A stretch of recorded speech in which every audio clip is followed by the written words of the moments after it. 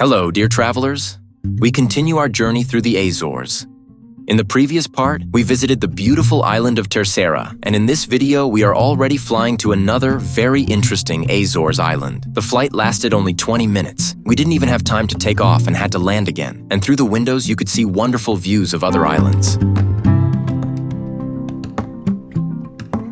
So, we landed on the small island of Faial, which is the third most populated in the entire archipelago. Faial is also called the Blue Island because there are many hydrangeas blooming here. They say that all the roadsides are surrounded by these flowers. But when we arrived, we found a slightly different picture because a big storm had recently passed here. So almost all the hydrangea's petals had simply been blown away. In addition, there were many fallen branches and leaves on the roadsides. All the cars were covered with sea salt, and the glass of our car was even covered with seawater from the inside. But as I mentioned, the island is very small, and you can reach any point on the island by car in a very short time. First, we arrive in the island's capital, Horta. Although the city is very small, it is colorful and beautiful, with many historical buildings and cobblestone streets. The city of Horta is important not only in the Azores, but throughout the world. Geographically, it is located between the islands of Faial and Pico, which is the best shelter from ocean waves in all of the Azores. Because of this, ships always stopped here during storms or to replenish their water and food supplies. And in those days, when there were no transatlantic flights, seaplanes would land in this bay to refuel.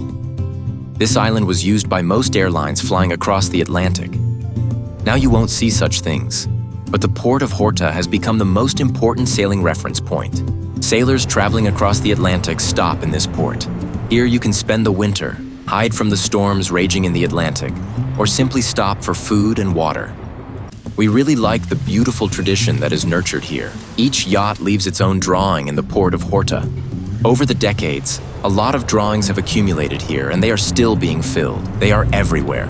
On the walls, on the sidewalk, on benches, even on stones. Some leave quite simple drawings, while others, it seems, try very hard.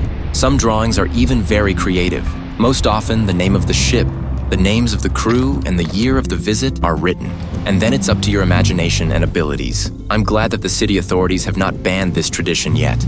As far as we noticed, Scandinavian flags dominate here, especially Norwegian ones. But we also noticed a couple of drawings from our Lithuanian flag. Anyway, a day won't be enough to see all the drawings because there are so many of them.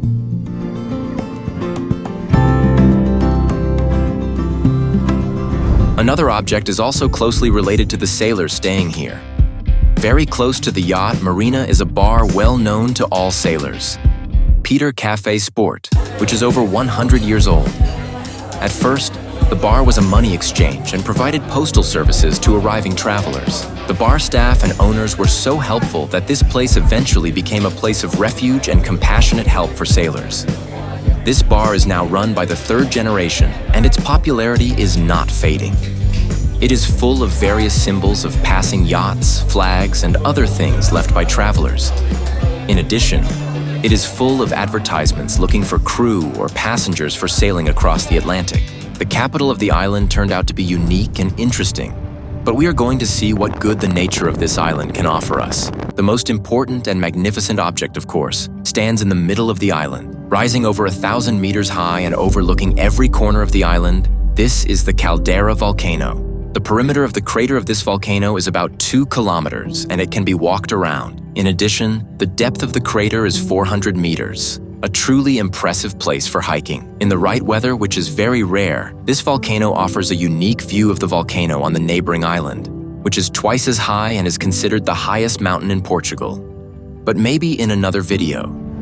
There is also something to tell about the island of Faial. Let's mention the event that made the island even more famous around the world after the 1957 event that changed the fate of both the island and its inhabitants. Proof of this stands at the westernmost point of the island. This lighthouse stands proudly, having withstood not only ocean storms. The fact that something is wrong is betrayed by the first floor of the lighthouse, covered in black sand, and the surroundings very much resemble the surface of the moon. The lighthouse initially looked like this, but the entire environment and the lighthouse changed after a new volcanic eruption. For 13 months, The lighthouse was constantly bombarded with ash, rocks, and deadly heat waves. The volcano erupted in the water just off the coast of the island. It is said that the first person to see the eruption was a resident of this lighthouse, who was looking for whales to hunt at the top of the lighthouse.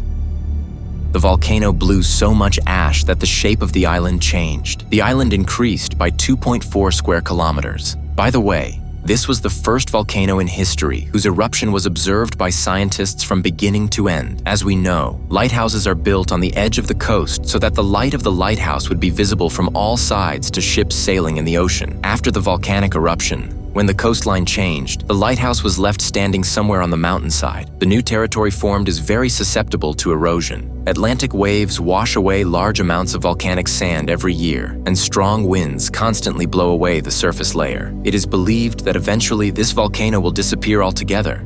Of course, the volcanic eruption is an interesting event for those around it and scientists, but this event disrupted the entire life of the island. Many people became homeless. Others' farms were destroyed. North American countries offered refuge to the affected people, and 1,500 people moved to America, where their diaspora has now expanded greatly.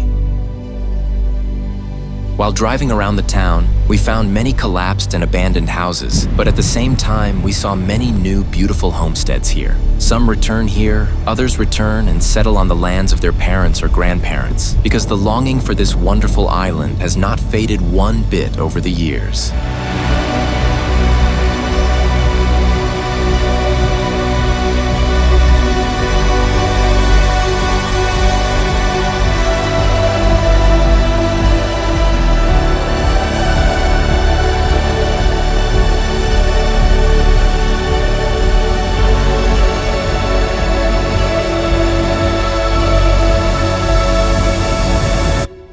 And indeed, it is difficult not to fall in love with these green and blooming hills, the blue of the sea and friendly people. And of course, we also took a ride around the surrounding areas of the island, felt the power of the Atlantic waves once again, and gradually began to prepare for a trip to the neighboring island of Pico, which we will tell you about in the next video.